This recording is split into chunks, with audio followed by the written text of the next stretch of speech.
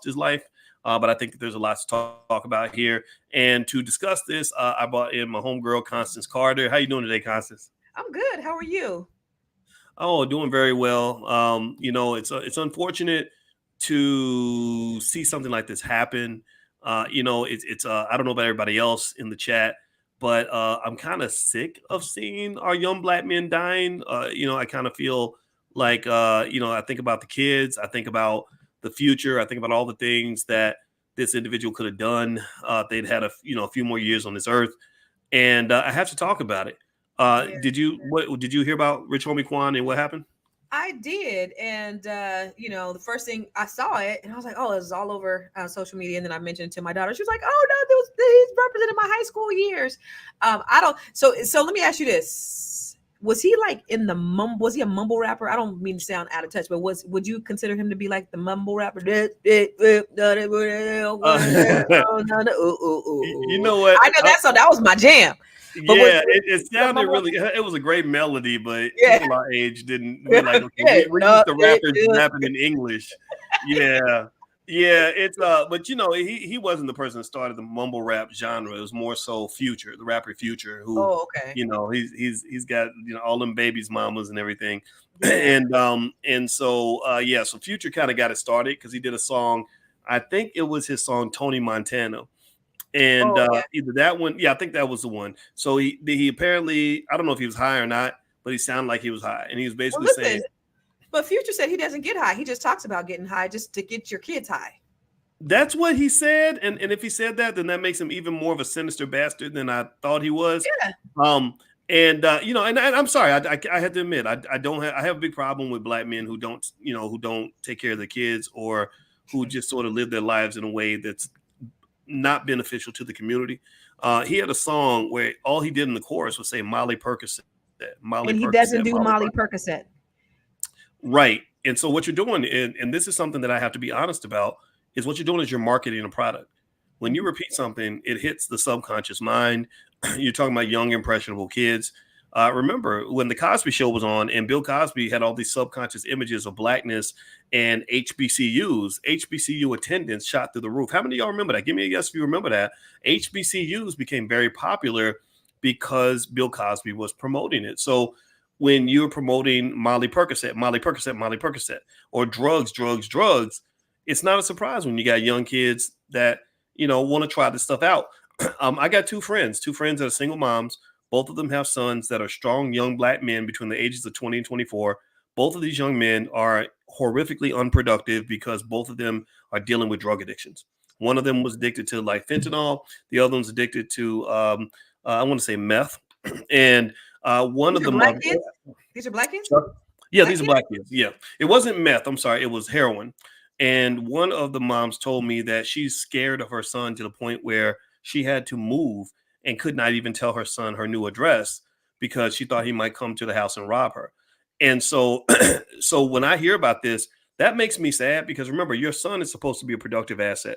I've always tried to be an asset to my mother. I will defend her. I will fight for her. I will, I paid off the house for her. All these things your son is supposed to want to do for mama, right? But, if you ruin a young black man before he's even of age, you're taking an asset and turning it into a liability. And as my friends at Earn Your Leisure say, it should be assets over liabilities. Shout out to every black person in here who's an asset to their family. So when they promote these drugs, it really bothers me. I don't know if Rich Homie Quan was affected by drugs or not. We could talk about that a little bit, but I just don't like it because I think it just makes our men into a shadow of what they're supposed to be. And you see what it's doing to the women. Go ahead. Yeah. Well, no, I just think I know the reason why they do it. I know the reason, like a Future would do it, is because that sells. What's his name? Tank did it, and I posted it on my Instagram page. But Tank said, our dysfunction isn't the threat, our love is. Yes. So they won't give the $1 million contracts to the people who promote love, who promote purity, who promote Black unity. They're giving them $100 million contracts to these guys who talk about destroying the community. This is all by design.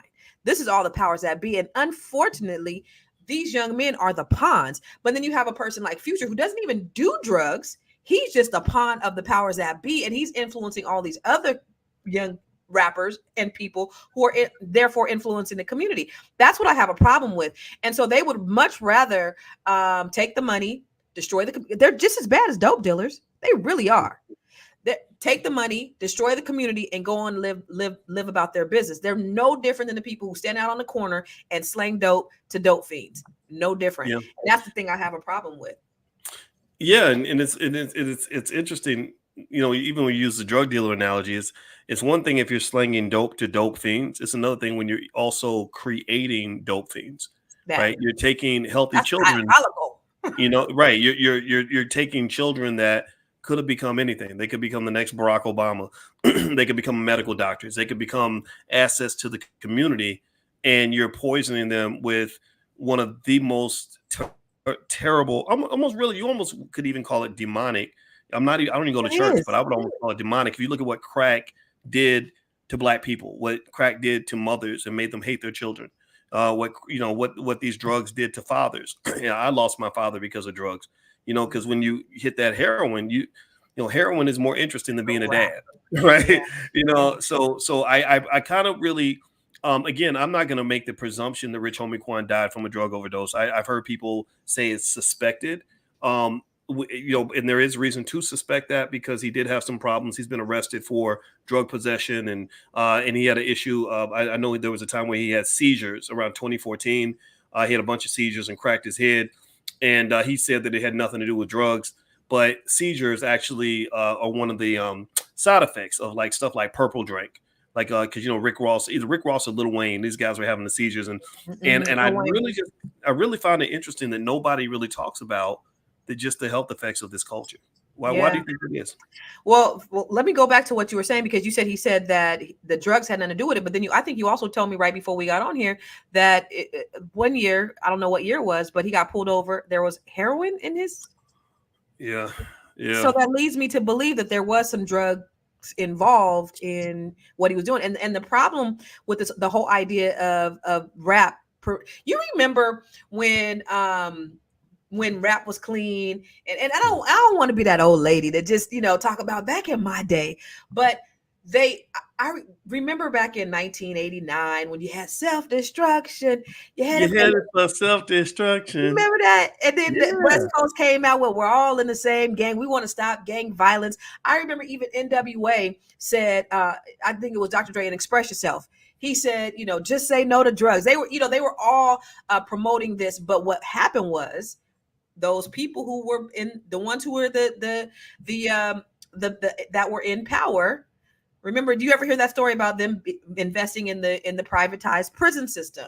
We got to get these prisons filled up. And so when we look at the 13th Amendment, abolishing slavery, except for in the event of prisons, this is all designed, and Black people are falling for it hook, line, and sinker.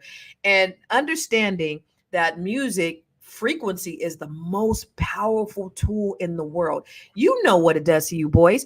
When it's good and it makes you feel good, it makes you feel really good.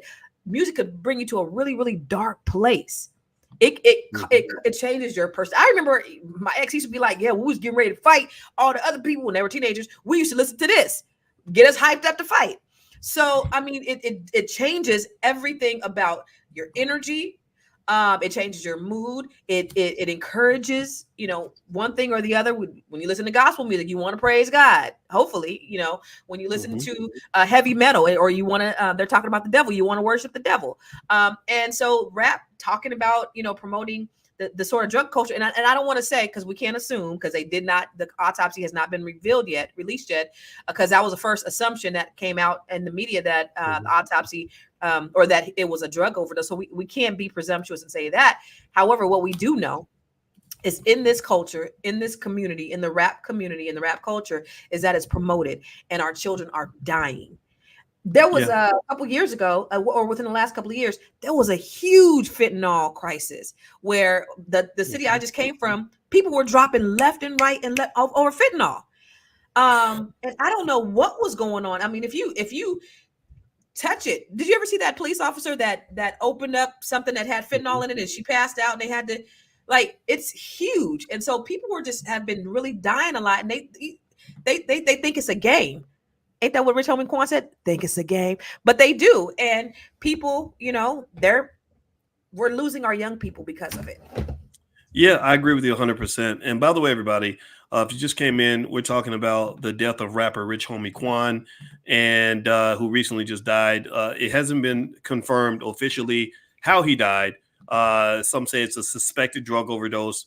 I'm not here to make suspicion about how he died, but I can talk about how he lived because a lot of that is public record and a lot of that is public information. So if y'all can do me a favor, please hit the thumbs up button, thumbs up, share, subscribe. You're watching drboycetv.com, the home for intelligent Black people. And my guest is Constance Carter, the one and only from Fly Nubian Money and everywhere else. And on the Net 7, is it the Net 7 Collective? Is that what it's called? Yes, sir. Yep. Yeah, and so she's here to join me. And B1 Real Estate Mastery, don't forget. Yes, B1 Real Estate Mastery. Black Business School, come on.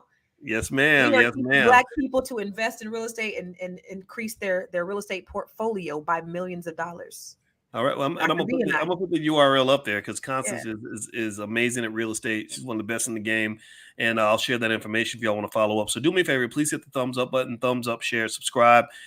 So let's talk about this, right? So I think I saw somebody in the chat who said that I should not talk. I should keep my mouth shut because I don't know how he died. And so what I'm going to do is I'm not going to keep my mouth shut because that's not going to happen. But here's the thing: I can actually talk about this issue without it being about this person, right? Rich Homie Quan was one guy who died too young. He died at 34. Absolutely. His children deserve to have a father into his 70s and 80s, but they got a dad who died sooner than he should have. A lot of rappers are dying, right? A rapper dies about once every few weeks, and it's typically from violence or a drug overdose. And the other thing that you can say, again, without making any speculation about how he died, is you can talk about how he lived. We do know that there was an arrest a few years ago for felony drug possession. We do know that the seizures happened. We do know that there was the controversy a few years ago about smoking weed in front of the kids and all that. Now, again, not judging this at all. I'm not here to judge him, and I'm not even here to judge rappers. What I'm here to judge and to pay attention to, and I want you to pay attention to this, is the culture. The culture. I want you to really understand that these cultures are not created out of nowhere. These cultures are funded by billions of dollars. And those billions of dollars are not invested by our people. We're not the ones who are financing hip hop. We're not the ones who are making the final decision on who's going to sponsor the BET Awards.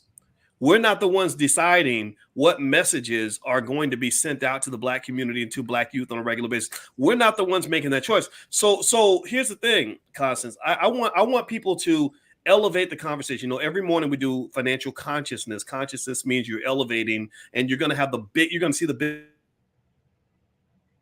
bigger picture. The big picture is not what did Rich Homie Quan do? How did he die? What did he do wrong? Was he a good person or a bad person? I want to put that off the table. I'm going to assume he was a good guy. At the very least, he had potential to be whatever he wanted to be. Now that potential is dead. Now it's over. Game over. No more Rich Homie Quan. No more daddy coming home.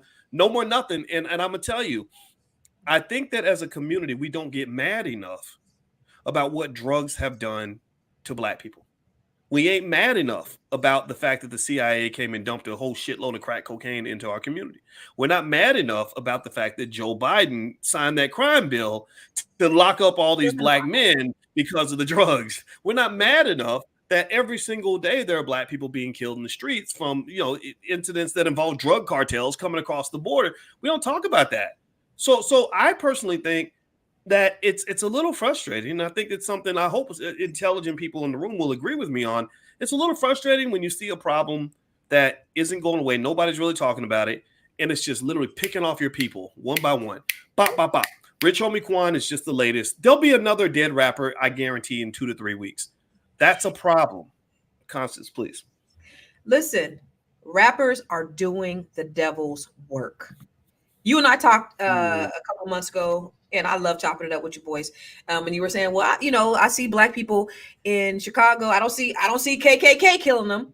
Well, they don't have to, because Black people are doing the devil's work. When we look historically, they have killed us systematically for hundreds of years. When you look at 1955, J. Edgar Hoover said the biggest threat to America was Negro unity. We got to break these people up, because united we stand, divided we fall. So what do we do? So we kill the Black leaders. We kill Fred Hampton. We destroy the Black Panthers. We put drugs in the community. Think about what's the guy's name? Webb. San Jose Mercury News. I forget the guy's name, but he was that reporter who investigated. Oh yeah, Gary Webb. Gary Webb. Yeah. Gary Webb investigated and found that the CIA was responsible for putting all those drugs in the Black community. And what happened to Gary Webb, Dr. B? He killed himself by shooting himself back 2 times in the back of the head. He committed suicide right. So now they don't have to put drugs. Well, they are putting drugs in our community, but one of the ways that they're killing us, because they don't have to have the KKK out there on the front lines lynching your ass. 1913, they lynched us. Red Summer was that 1919. We were lynched across the nation. Black people hanging across the nation by the hands of white people. They don't got to do that no more. You know why? Because we're doing it to ourselves. So you use a powerful frequency like music. You say, we're going to take out the positive music, and we're only going to put the negative music out there. We're going to dump hundreds of, because what did Tank say? Our love isn't the issue. No, our gangster, our dysfunction isn't. It's our love. They don't want to see us loving each other. They want to see us destroying each other. And I can't say it enough as we fall for it hook, line. We were so blinded and we're so caught up with money that we will sell our souls to the devil because of it. We will sell our people down a river. We will kill our young for money. Mm-hmm. Well, and it's funny that you mentioned that, Constance, because sometimes people that don't know me, that haven't paid a lot of attention to what we've been saying over the years, they'll come in and they'll say, wait, I thought you were a finance professor. Why would you be talking about hip hop? And I would tell them, first off, I say, look, I'm not a finance professor who happens to be a Black man. I'm a Black man who happens to be a finance professor. So anything that involves the Black community is of interest to me. Right. But also, this is a heavily financial conversation. This is an economic conversation. And let me show you why. Imagine if you took the money out of hip hop. Imagine that there was no money in selling your soul. There was no money in any of the music. There was no money in making gangster rap. There's no money in rapping about anything. A lot of these guys and women will be rapping about something different. And I'm not just talking about the men that rap about the violence and shooting and killing and all that and drugs and all that stuff. I'm talking about the women that literally are rapping. Like, if you listen closely, I listen to the lyrics. I follow the culture closely. I want to know everything that's affecting young people. So sometimes I know more about what's going on in hip hop than my kids do, because I pay attention. I'll go read the damn lyrics and I'll be like, what did Megan Thee Stallion say in this song? It's like, okay, I'll sell my vagina for a bag of potato chips. I mean, she don't say it like that, but basically that's what it comes down to. It's like, okay, so you're saying that the Black woman's body has no value, which is an insult to me, because I think the Black woman's body has infinite value. The Black woman's womb is where the kings and queens come from, right? But y'all done reduced it to a trash compactor. You've literally got to the point where you're talking about something as sacred as sex in a woman's body, like it's just garbage, like it's nothing. Like, if I buy you a Coach purse, I can have access to whatever you got, and I think that's a problem. I don't think little girls need to hear from that, and it's not a coincidence. Like, think about this: in the female side, a lot of the rappers are former strippers now. Exactly. Because stripping is promoted in rap music. So now these young girls are aspiring to be strippers. And it's crazy. You're like, okay, wait a minute. First, back in my day, because let me go ahead, Grandma. Right. Now I gotta talk from a woman of a certain age. But back in the day, it was like strippers were looked down on. Now girls aspire to be strippers. And it's because it's promoted inside. And it's like, it's like that thing. Everything good, we're on the bottom. Everything bad, we're on the top. So everything bad is sensationalized, is promoted within our communities. Again, Black people, you really don't have control. Those voices are magnified by the dollars that are undergirded to promote it. And that's really what it is. And when you talk about the women, let's talk about the dynamics of relationships. women have so much control, Dr. B. We give our control away Hmm. because we are willing to sell ourselves, just like you said, a trash compactor. Like, we don't value Hmm. ourselves, and therefore these men aren't valuing us. And so then they do whatever, they say whatever. They couldn't do it if we didn't allow them to do it.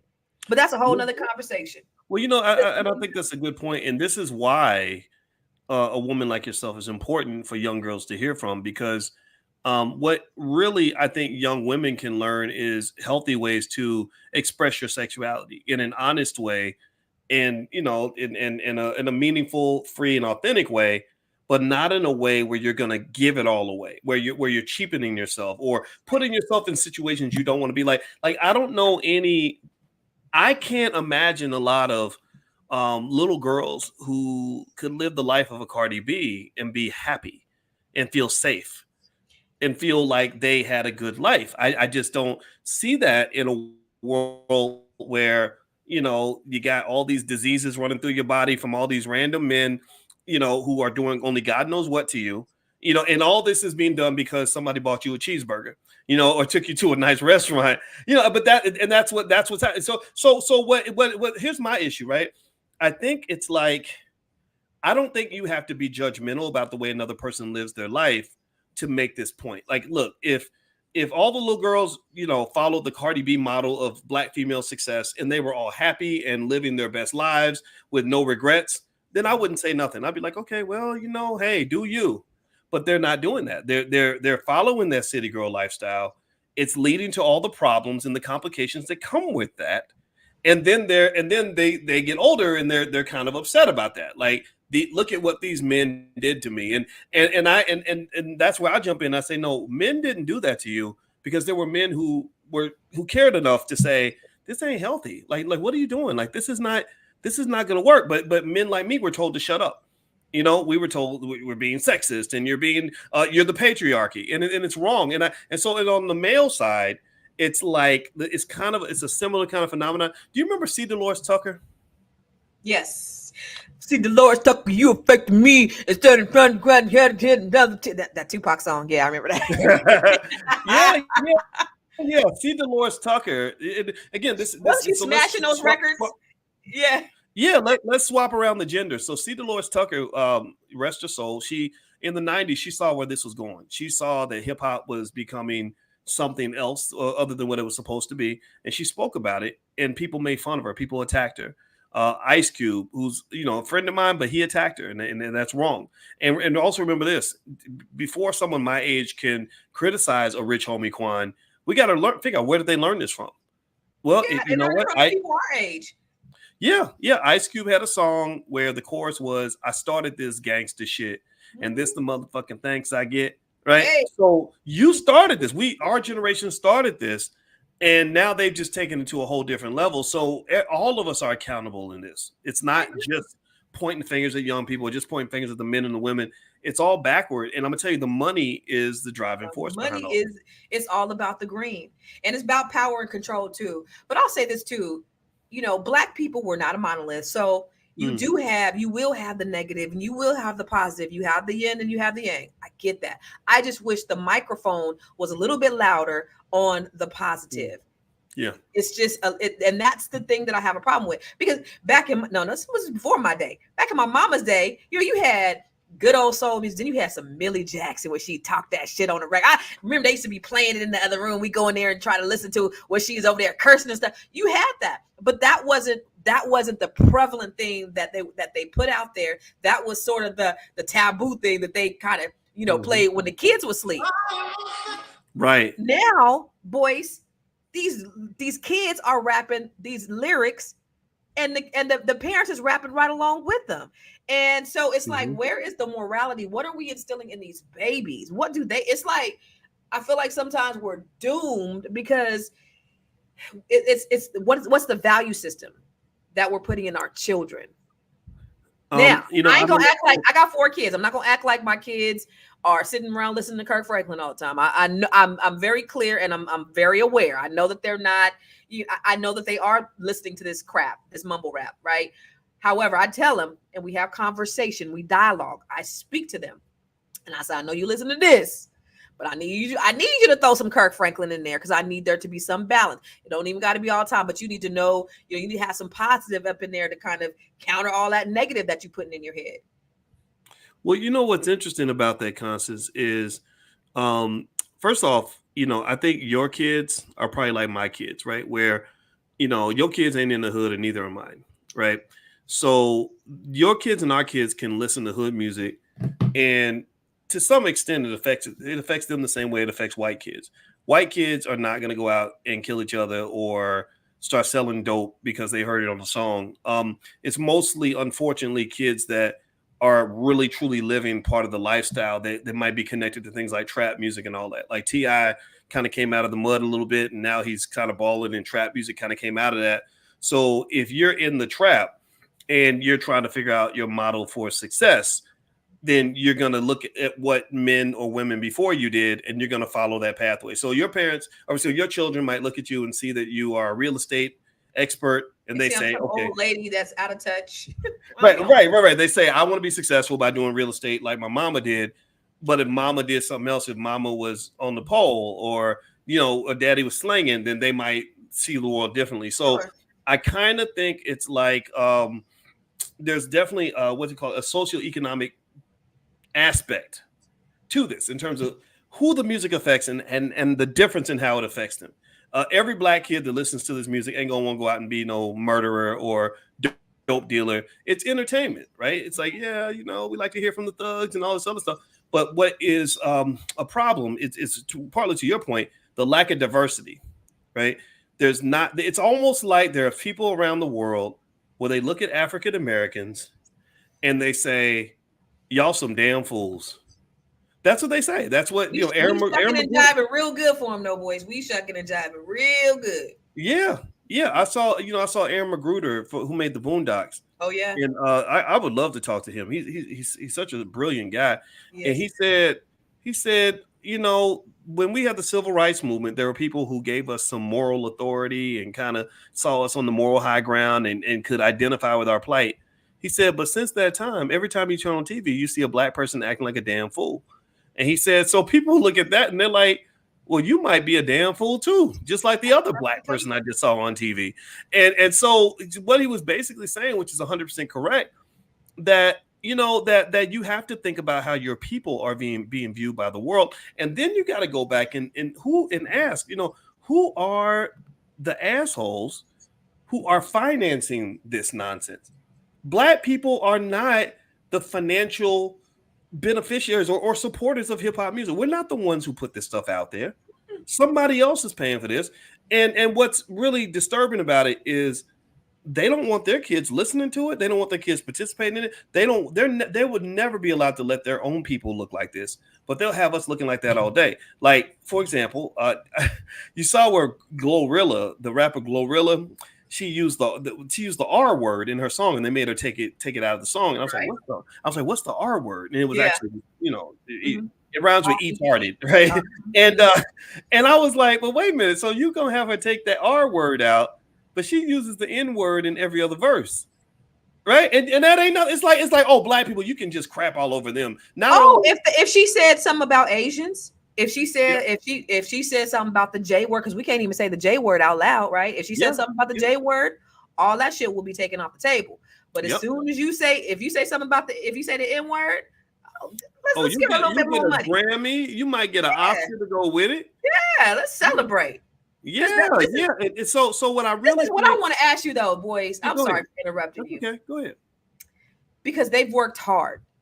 We've been on the soil since around 1619. So it's 400 years, right? 500 years, 400 years. They've worked extremely hard to destroy us in every way that they can, intentionally. Nobody has gone through what we've gone through. Nobody has had the struggles and had to overcome everything that we've overcome. Still to this day, they are intentionally putting things in place to kill us off, to make us fight, to get rid of us. Why? You got to ask yourself why. What is it about us that they hate so much? I think it's probably complex. I mean, I think there are some people who would just say it's because we're the chosen people, and maybe we are. I think that we're very special in that way for sure. I think that if you go deeper into it, I think that it's almost like it's a love-hate relationship. It's like a marriage where your spouse needs you to stick around so they can keep beating your ass. You know, Don't you know, leave. I don't want you to die. I just want to hurt you real bad. right. Like I love you, and we got a good thing going. It's easy. Like I deliver the ass whoopings, and you receive them. That's our arrangement. So when you say, "Hey, I'm getting out of here because I'm tired of getting my ass beat," I'm gonna be like, "What are you doing? Like, why would you mess up the good thing we got going Pray on?" for Like, us. yeah, and I think so. I think that the colonizers really do love us in a certain way. But what people got to understand is that just because somebody love you, that don't mean they respect you, Mm, right? Just because they love you don't mean that they care about you, and mm, just because they love you doesn't mean they see you as an equal, right? mm. Like they can, people can love a dog. Ooh. You can like think about it. Look at how white people love their dogs. Mm. They love the shit out of them damn Oh, they dogs. love your black ass. Right, they'll be kissing the dog on the mouth. The dog be staying in a little doggy hotel. Like they love the dog, but they'll never let the dog sit at the dinner table. Mm. They won't let the dog drive the family car. Or if they gotta choose between who are we gonna let die, the dog or one of the children, Right? right? It's gonna Ah! be the dog, right? Because the dog is important, but the dog has a place. He's playing his position. The dog can't say, "Well, I'm as important as the wife," because you're not, right? So in America, I think that America loves black people as long as we stay in our place. Mm. As long as you do exactly what you're told, like, and what does that mean? That means, okay, you're gonna vote for the Democrats every time, no matter. We can have Satan running for office, and you better vote for Satan. Mm. It means you better give us all your damn money when you get that paycheck, little Negro. You better go to some white business and give all your money. You better not be shopping no black-owned business. It means that when you have a child, we need to make money from that child in the public school system. Even if your child ain't getting no education, your child 18 can't even read, you better send your child to school because we need to make that money. And if your child gets out of line, we got a whole penitentiary where we're gonna make a few $1 billion from your sons by locking them up. Oh, and on top of that, if you survive all of this and you become a productive citizen, we need y'all to come work for our businesses. We will not work for yours. We will not support anything that you're trying to do to build your own, because that's radical and that's dangerous. But we will love you as long as you come and work for us and do what you're told. So Mm. come work for us. Give us all your money. Let us educate your children. Let us be in control. Let us drive the bus, because you people are just too weak and uncivilized and stupid to have any sort of control on your own. This is how they view black people. So again, it's like being in a car where they're like, yeah, we can all ride in the car as a big happy family as long as we own the car and we drive the car. You get your black ass in the back seat and shut up. You're in a trunk. There you It's go. not, they're diabolical. And when you're 100% right, it's definitely economics. They can make money off of anyone though. But they don't Mm. treat everyone like the way they treat us. And I hate when they lump, us with every other ethnic group, because then I think it waters down our plight, because no one has faced what we've faced. So it boggles my mind. And is there that much hatred? I'm no different than a white woman. I really am. I mean, except for my experiences in being a black woman, but we're human. We get up, we go to the bathroom, we live life, we love our children, we do all the same things. What is it about me or even my children? I have 3 boys. Mm. And when my sons, now they look like every other black boy, right? Dreadlocks, they look like everybody else.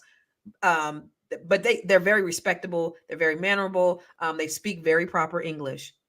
When they see them, they see threats. They don't see them Mhm. as children, they don't see their innocence, they see them as threats to them. And so it boggles my mind that they don't see the humanity. I guess that's the problem I see. They don't see the Mm. humanity in Mhm. us, and therefore Mhm. this is the result of that. Yeah. Well, I think there's a deep history to that. I think that it's I mean, slavery is crazy. I mean, if you think about this happened over hundreds and hundreds of years. We've been a slave country longer than we've been a free country. Say that one So more time. we've been a slave country longer than we've been a free country. So we're just learning how to operate in a world where black people are not incarcerated from birth, right? So, I can dig that. That makes sense. That makes mhm. sense. That is so Yeah. ingrained in the fabric of this country is the reason why it hasn't been washed out of society. We haven't had long enough to wash it out of society. I do believe that there is a fear of the browning of America. I do Mm. believe they fear that they're going to lose their dominance because of because of the growth of of other ethnicities. That there is a real fear there. There's no racism. They say there's no racism, but they absolutely would not want to be black, and they would not want to be treated like a black person. I think I seen Mm. something where somebody said, "You're treating me like a black person." They know exactly what they're doing, and then they want to pretend that they don't, and that's a real problem.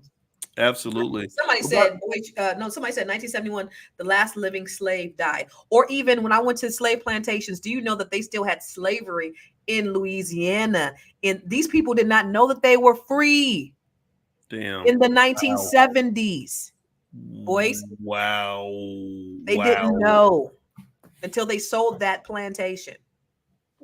That's crazy. That's So when you talk about we've been this country has had the system of slavery, white supremacy, longer than it hasn't, and still white supremacy, but the idea of slavery, it makes sense because it's mhm. still ingrained in the fabric of America, and then it It definitely translates to the music and to the destruction of black people, and still because I saw where was that? I forget what state that was. I seen something on maybe Instagram or something where they were saying how they have criminals working at fast food restaurants that they pay them nothing with the mhm, privatized prisons. It may have even been on your page, but mhm. that America is built on slave labor.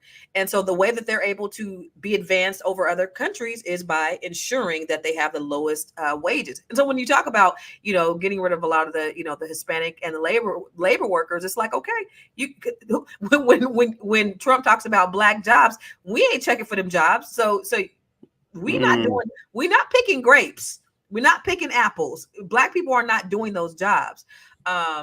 But America needs, I guess, lower wage or free labor in order to compete on a global level. Is that you're the economist? So is that what it is? It's part of it. I think it's just capitalism. A lot of people don't know capitalism is a type of slavery if you allow it to be. If you don't regulate it properly, it's very powerful, and you can trap people into situations that they can't get out of. Mhm. And so yeah. So let's actually break that down. And I think maybe we should circle back to Rich Homie Quan. We were talking about that. But by the way, everybody, in case you just came in, I'm sitting with the one and only Constance Carter. And this is her Instagram. You can follow her on Instagram. And we're talking about the death of the rapper Rich Homie Quan, who just died. They're speculating drug overdose, but it may not be drug overdose. I don't really want to talk so much about how he died and the specifics of that. I'd rather talk about the culture and just it's sort of if drugs were involved, just what's really happening in hip hop. So do me a favor, please hit the thumbs up button, thumbs up, share, subscribe, and also Constance happens to be a real estate expert, and so if you want to learn real estate from Constance, you can go to b1realestatemastery.com. She's extremely good at what she does, so you can feel free to take a look at that. And also, she'll be at the All Black National Convention in Chicago, October 25th to the 27th. Sorry, and if you want to join us at the convention, you can go to allblacknationalconvention.com. That's allblacknationalconvention.com. All right, so let's hop back in. So with Rich Homie Quan, Constance, one of the things that really bothers me about hip hop and the culture is I think we're getting to the point where we just kind of expect that rappers aren't going to live that long. Like the interesting thing about being a rapper, and I know a few of them, is that and I know you do too, because you're from the Bay Area, right? Is that right? Did you go to the Bay Bay? Area, yes. Okay, so you and I both know Sugar T and I've never met E40. You know E40? I don't know him. Oh, No, okay. It's funny I we don't know both know his Chris. sister, but we don't know him. But Yeah. yeah, so you got just amazing culture that comes out of hip hop. No question about it. Creativity through the roof. But then you have that other side that this part that's corporatized, that's that finances what can only be described as a death culture. D1, bless him for this. He's been confronting this issue as well. And I've been talking about it for as long as I've been talking. I've been talking about this probably since 2006. this death culture, it's unfortunate because it's if you go through, Constance, and you break down a hip hop song and you listen to the messaging, one thing I'll tell you is that most psychologists will tell you that music heavily affects the way you think. 100%. Music heavily affects your subconscious mind. In fact, if you look up the research, music affects your emotions. It can alter your moods. Music can also affect your memory. Everybody, give me a guess if you've ever heard a song and it reminded you of a certain stage of your life or a certain place that you've been, something good or bad, right? Let me know if you've ever had this experience. They said it can influence your behavior. Repeated exposure to specific genres or lyrics can subtly influence behavior, thoughts, attitudes, and conscious awareness. This is research, people. This is not up for debate. It is not up for debate whether or not music is just music. Let's just start. Let's start by agreeing on the science, please. Let's not get into this nonsense about, oh, it's just entertainment. No, I need you to go take a psychology class or something so you kind of get on the same page with us, because there are people that understand how entertainment affects culture, how it affects behavior, how it affects attitudes, how it affects decision making. Also, music can, on the good side, it can be used to reduce stress. It can create a calming effect on your subconscious mind, reducing anxiety and all that. Also, music can enhance your focus. Background music can help the subconscious mind concentrate better, boosting productivity and focus. So, music isn't always bad. That's the point. It's not to say music is bad, not to say all rap music is bad. I can't tell you how many times, Constance, I've had people say, well, why do you hate rappers? I don't hate rappers. I hate anything that is harming our people. That's what I hate. I hate the mass promotion of drugs when I know so many people who died from drug addictions and drug overdoses. I hate anything that promotes us killing each other. If you don't hate that, then I don't know. We can't be friends. I don't know how we can connect. Because if you're celebrating the deaths of Black people, you sound like a Klansman, and I don't hang out with members of the KKK. You're doing their work for them. Yeah, we got some Black Klansmen out here. We got some Black folks that will defend Black death more than a racist white person will. I think that's a problem, Constance. What do you think? It's self-hatred. You think about some of these people most of them kill a police officer, kill a white person, George Zimmerman walking around free, but yet you will kill your brother, you will kill your homie, you will kill your quote unquote enemy. But you got all these other people who have violated us and are walking around free. That's part of the self-hatred, but that's also part of the PTSD, the post-traumatic slave syndrome. Because we definitely suffer from that. That's ingrained in us, and it's part of the self-hatred that I think that was planted in us for years. But you know what I love about Dr. Alicia? Dr. Alicia always talks about elevation. And you can't elevate when you're in places of darkness. You can't elevate when you're in those low vibrational arenas. And that's what happens. And so how do you expect? Because the people who are getting wealthy doesn't mean that they're elevated, right? The people who are making money off of this, it doesn't mean they're mentally or spiritually elevated. It just means that they're making money, and they're keeping all of us, or the people who are listening to it, poor and lowly, not elevated at all. So if we want to get to a place of higher consciousness, and we want to get to a place where we're happy and we're free and we're at peace, we got to start changing the frequency that we are ingesting in our minds. And I think that's what we have to get away from this, because when they say, oh, it's just a beat, it's not just a beat. It's what's coming inside. It's the lyrics. It's all of those things. Repetition. What happens when you have repetition? It gets ingrained inside of you. That's why they talk about, 21 days you form a habit. That's repetition. That gets ingrained inside of you. And so we have to start just trying to elevate our mind so that we can think better, so that we can be better, so that we can live freer lives. That's what I'm on. Well, you know what? It's interesting you say that, Constance. I want to encourage everybody. Feel free to look this up if you want to. I think it's on YouTube somewhere. I had a debate with Michael Eric Dyson at Brown University years ago, and we were literally just talking about hip hop music and whether or not it is healthy or not for our people to consume stuff that celebrates Black death, right? Or to think that because the money's good, that it's okay for us to allow others to say things about ourselves that degrade who we are, right? And actually, here's the video here. If anybody wants to go find it, just search for my name, Michael Eric Dyson's name, in Brown University. And that's me. I look a lot younger in this video, and I was scared. And a little bit more chunky. No, your face is a little bit chunkier. I was. That's the fat Boyce Watkins. I killed him a few years ago. I love it. Speaking of black on black crime, I took him out. I killed him in his sleep.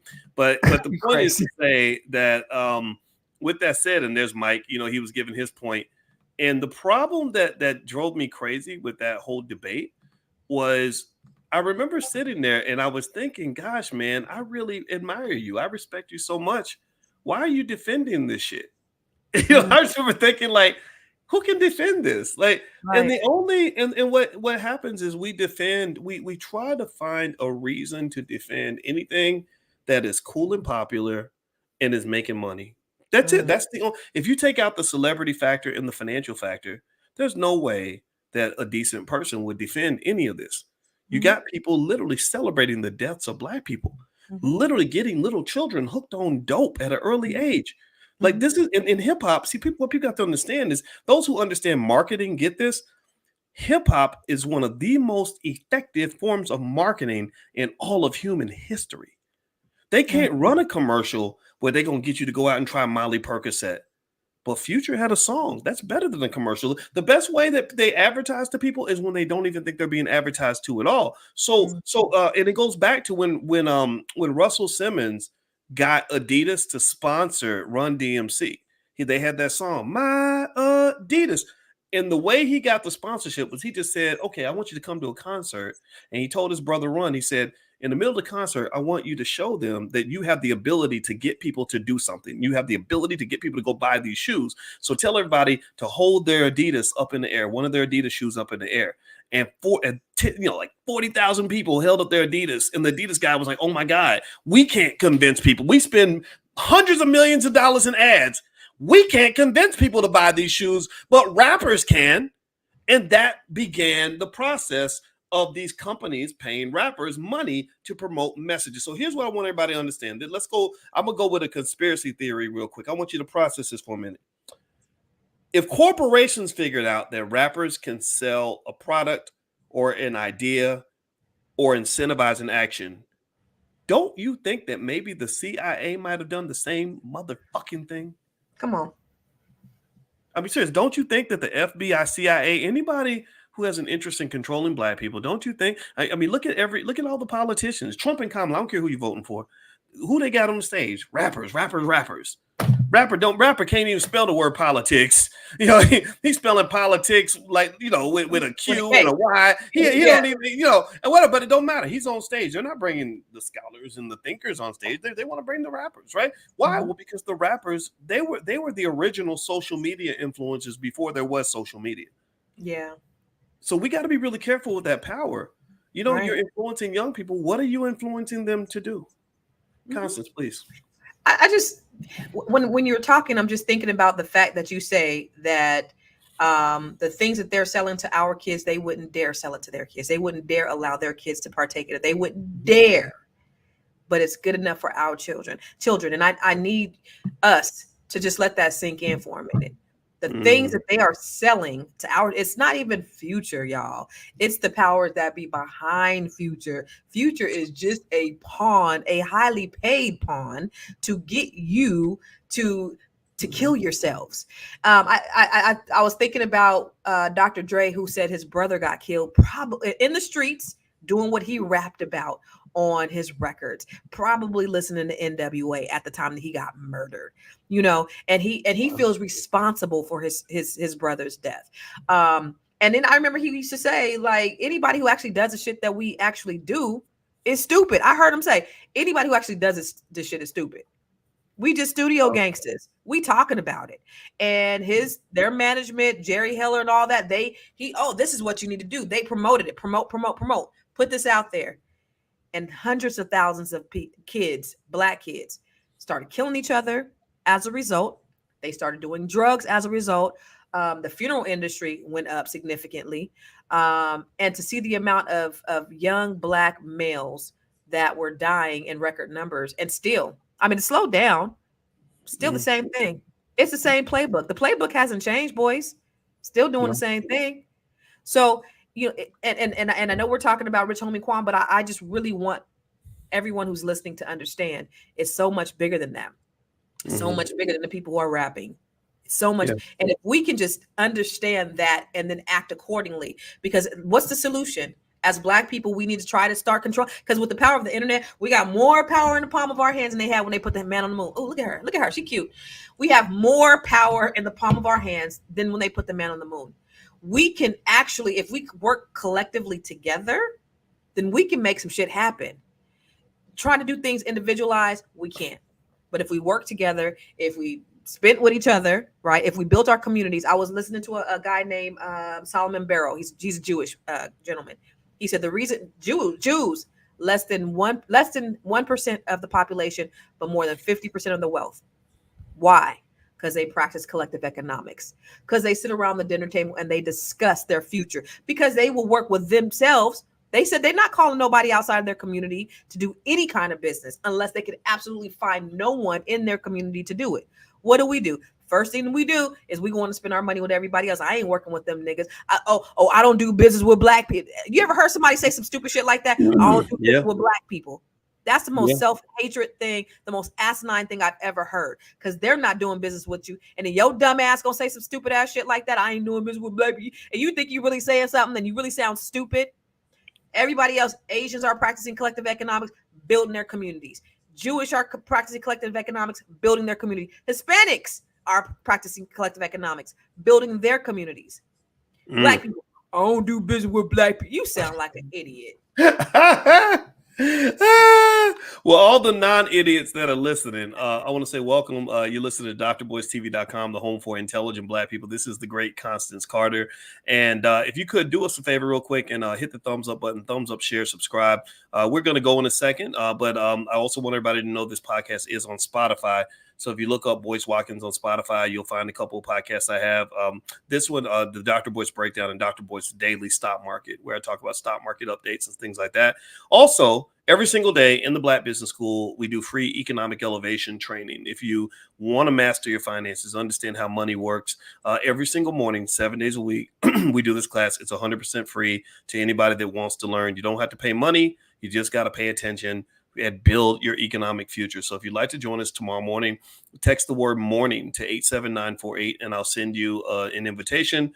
If you text morning to 87948, you'll get invited. Also, you can follow Miss Constance Carter at I am Constance Carter on Instagram. And she also runs the Net 7 Collective and B1 Real Estate Mastery. So if you want to get your real estate game up, you can go to b1realestatemastery.com and work with Constance directly. She ran Catalyst Real Estate, the largest Black-owned real estate firm in California, and she's a master at it.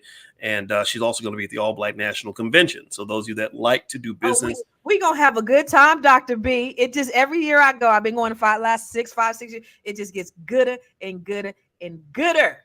Yes, yes. There. Don't meet me there, beat me there. Well, you make it good every year because you helped us with that spades tournament. And so that's like, so we always Dr. B, we call him the renigger. Oh, those are fighting words. Oh my gosh, those are fight. No, it was let me hang up. I'm about to go. I'm mad right now. No, you did not. I'm just messing with you. He lost though, y'all. He lost. See, your haters show up people. They always get you with the jokes. I think it was Steve Harvey or somebody who said that. He said, yeah, but people really hating on you. They start with the jokes. They make right. They really mean it. Listen, he don't get off no easier than anybody else. So if he loses, we gonna talk that shit about him too. Trust. You know what I did? I got burned so bad I got beaten the first round. Oh my God, that was terrible.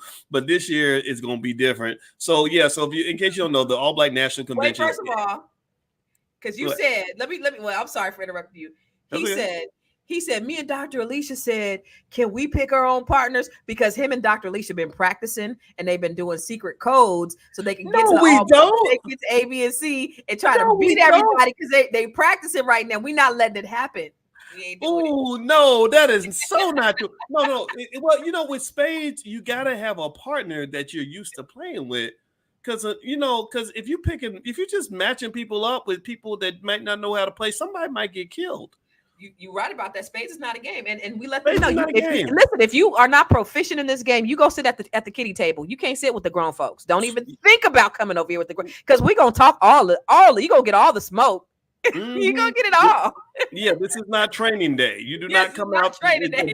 Yeah, you do not train with serious spades players. You go get you an app and you practice online with strangers because do not practice with real people because that's bad. So anyway, if you want to join us at the convention, if you like to do business with other Black people, the convention, millions of dollars in business gets done with lots of people that are serious about building with other people, forming investment clubs, all kinds of stuff. We have a lot of people there that have been making so much money from investing, but also we do have fun. We have the B1 ball, which is a lot of fun. We do that every year. We have the space tournament. There's a lot of connecting and there's a ton of learning.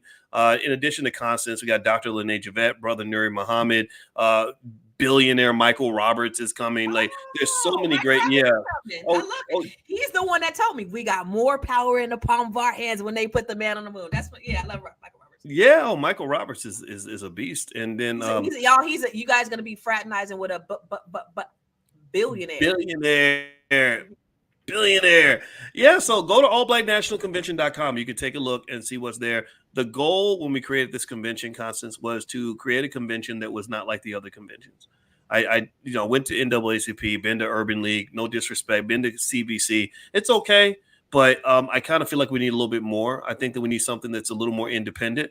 I don't think you can have Black liberation brought to you by McDonald's or sponsored by the Democrat or Republican Party. I don't think that's the solution. I think you need all we need is us. We bring together intelligent Black people from all walks of life, from the therapists to the medical doctors, to the school counselors, to the construction workers, to the mothers and fathers who are homeschooling their kids. And you get so many great ideas on the table, people like yourself.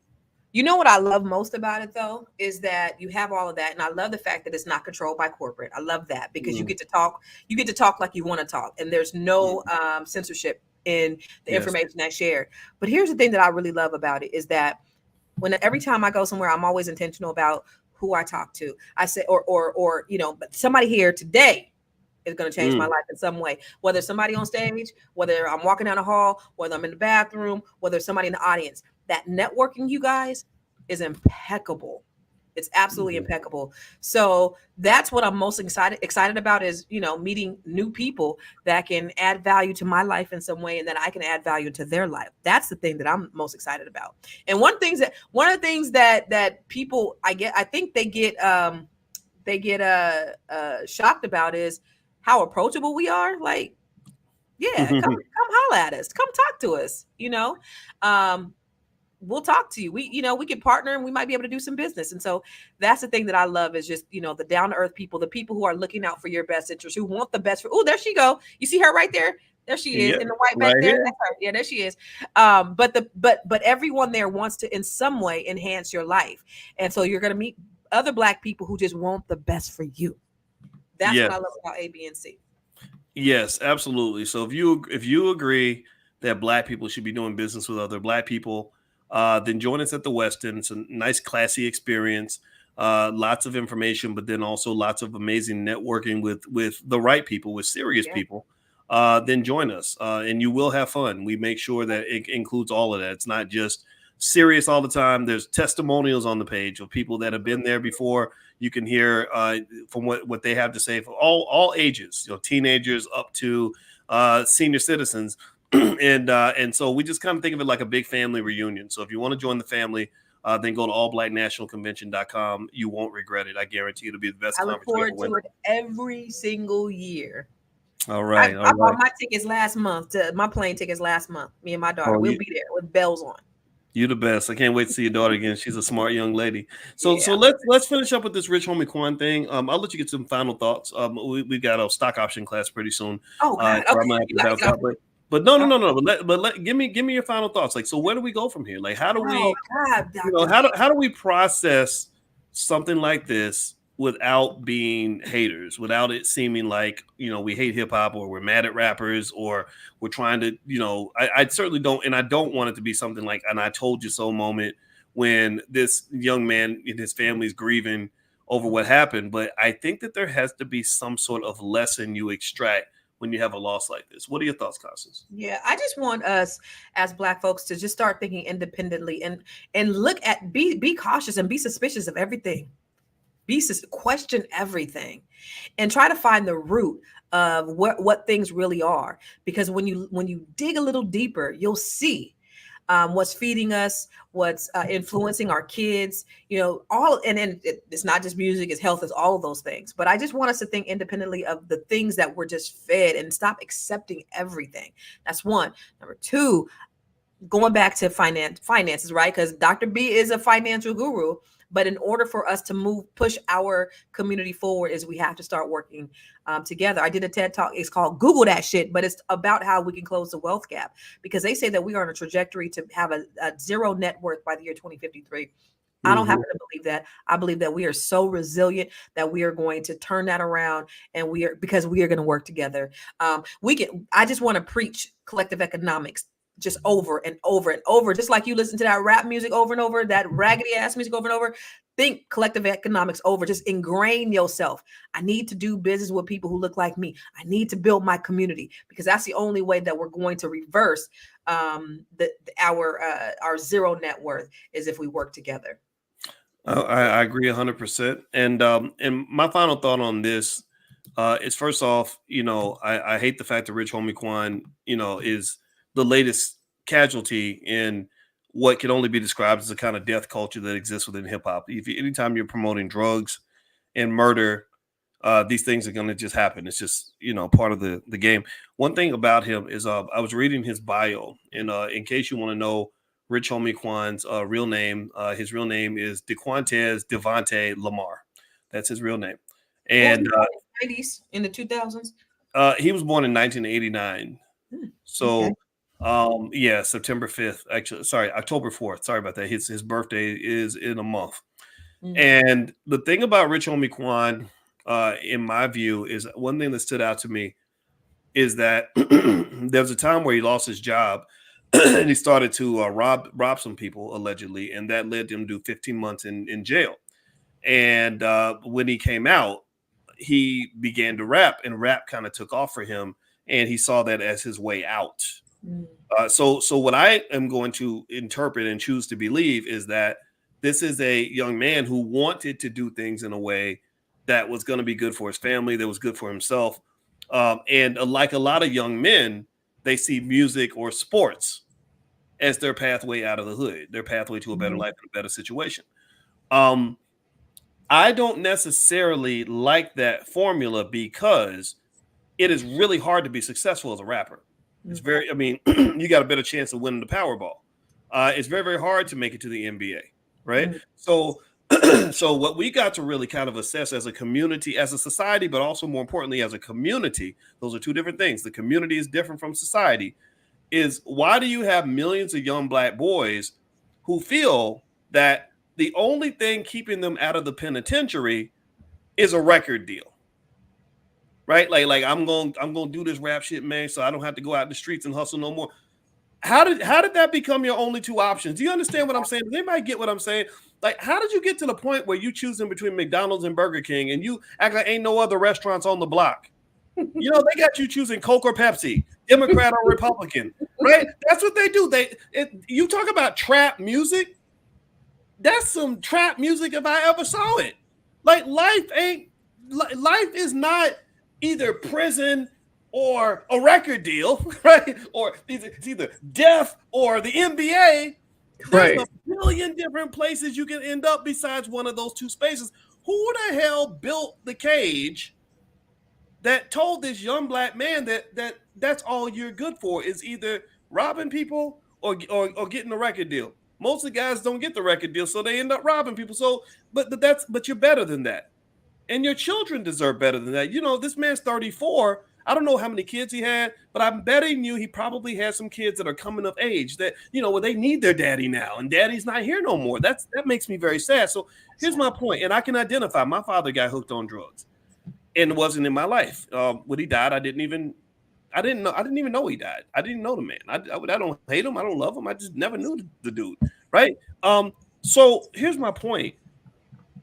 As a society, as a community, we've got to figure out who built the trap, how to dismantle the trap, Mm, and what are the keys to get the kids out of the trap.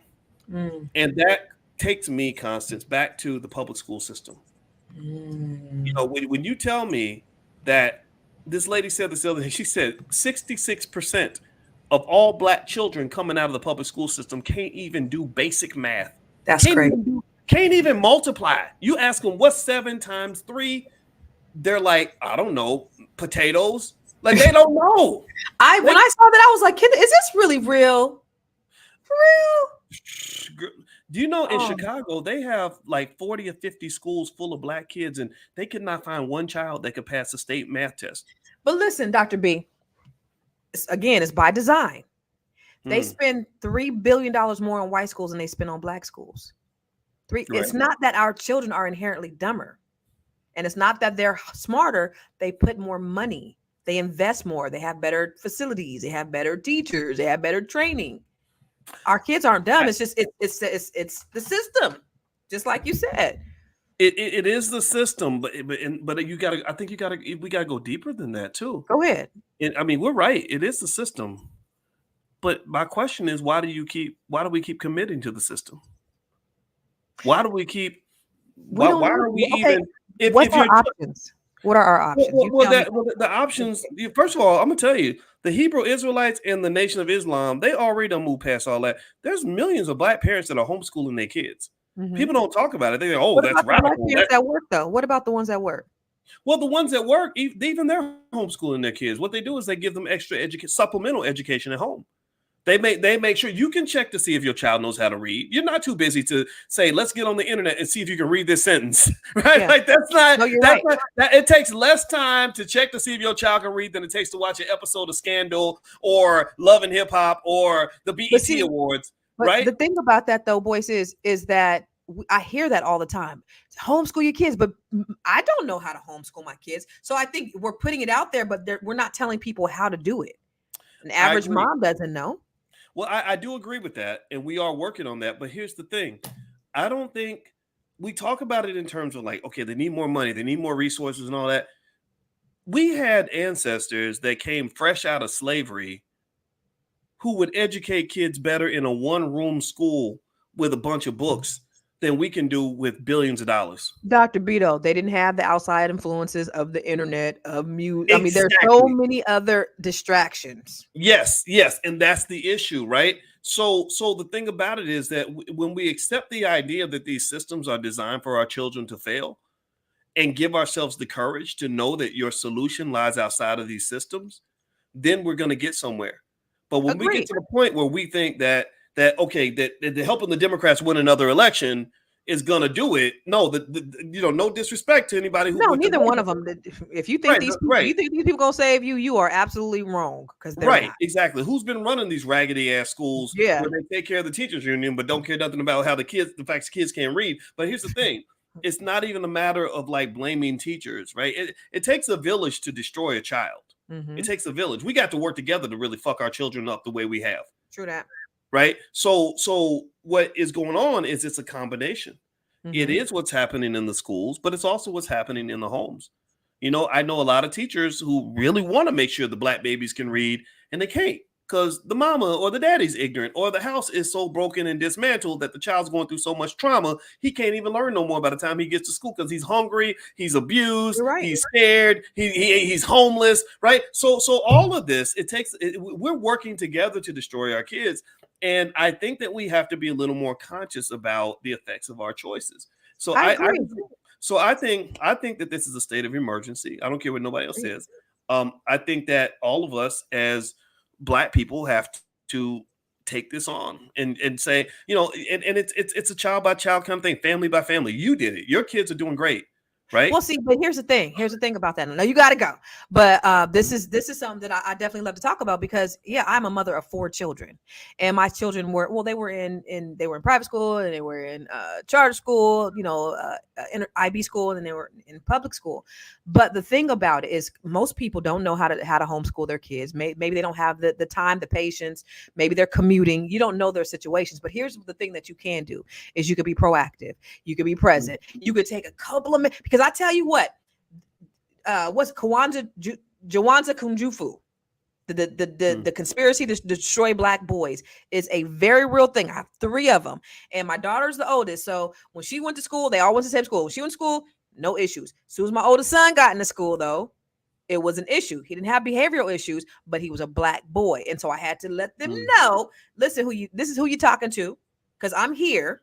I'm a couple of blocks away, and I will be on the first thing smoking. You mess with my son.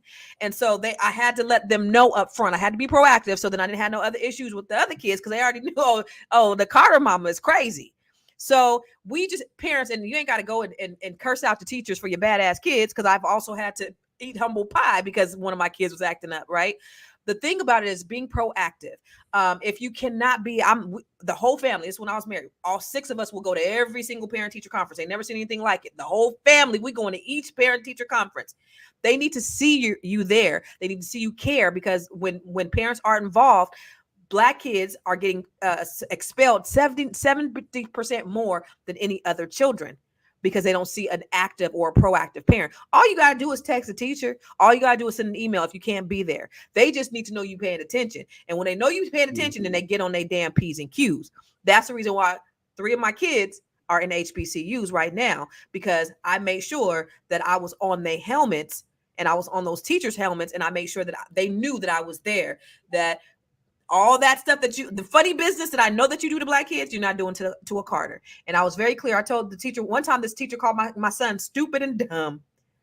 What do you do that for? So I went, I had to go have a conversation, and I said, anybody with the last name Carter, I don't care if they my kid or not, you will not call him anything other than Mr. Carter or genius. But you call my son stupid or dumb again, and the guy, he was shaking like a leaf. But they just have to know, you don't have to be going off and be crazy and be ghetto. You can, I Claire Huxtable them many of times. They knew I wasn't playing with them, but they also knew me. We have to do that as parents. Okay, Miss Carter. I know you got to go, but that's something that I got these kids, and that's really important for me. Well, I love that. That's a Carter for you. Everybody type the word Carter in the chat. Type Miss Carter in the chat. Miss Carter, if you're nasty. Well, you know what? I love that, and I love the idea of fighting for our kids, and whatever that means to you. I encourage you to do that because I personally, when I see a young man that goes down in his 30s, that tells me that nobody fought for him in his teens or when he was a kid, or there's a good chance that he didn't get the support that he needed early in life. And so the broken family, when they broke up our families, they cost the Black community probably $10 trillion in wealth, and as well as significant cost to our emotional well-being and our mental health. So we've got to fix that. So say that anyway, one more time. Say that one more time. If you see a Black man in his 30s, it means what? Say that one more time. When I see a Black man go down in his 30s, that makes me wonder what happened to him in his 20s and what happened to him in his teens. Right. I think it's children are born like that song, a child is born with no state of mind, blind to the ways of mankind. So these kids are coming out of the womb. They can do anything that we target them for. They can do it and do it well. So how do you end up with so many millions of young Black men living the same lifestyle, consuming the same culture, engaging in the same behavior patterns, ended up in the same situations? I don't like it. And I'm not blaming him for what happened to him, but, we all play a part in our own fate. But the choices that we make are influenced by something, influenced by the people in our lives, or influenced by the media. It's influenced by, with the culture. They talk about the culture all the time. well, this is the culture. It's dead young black men. I don't like that culture. I don't, that ain't the culture I want to be a part of. So I want to be a part of a culture where we're living, we're learning, we're helping each other, and we're building. So, so God bless all of you that are part of the real culture. And you can follow Constance Carter at I am Constance Carter. That's her Instagram. also, she's a real estate expert. So tomorrow we're doing diversify and dominate. We're doing yes, I don't know yes. the website though. Yeah, well, there is no website, but if anybody wants me to text them a link to join Constance's free event this week, text the word morning, MORNING, to 87948. You get an invitation to Money in the Morning. You'll also get an invitation to Constance's event, and I'll hit you guys up Tomorrow directly. night. Tomorrow night. I am staying home. I normally go out. I go out, shake a tail feather, but I'm gonna be in educating the people tomorrow. All right. So there we go. So make sure you follow up, stay connected. We got you at the Black Business School. So if you need help educating those kids, we have wealth building programs for children and stuff like that. So we don't need anybody's help. We can do this on our own. We got this. So thank you, Constance. It was great to see you again. I know you got to go teach a class. Yeah. 9 minutes. But it's always good talk. You know, we can talk for hours. It's always good talking to you. Absolutely. It's a pleasure. And God bless all of you. Thank you all for hanging out. We'll see you soon. And in fact, tomorrow morning, we'll be in class tomorrow morning at 10 a.m. It's free. Text morning to 87948. I'll see you in the invitation. See you guys later. Take care now. Bye-bye.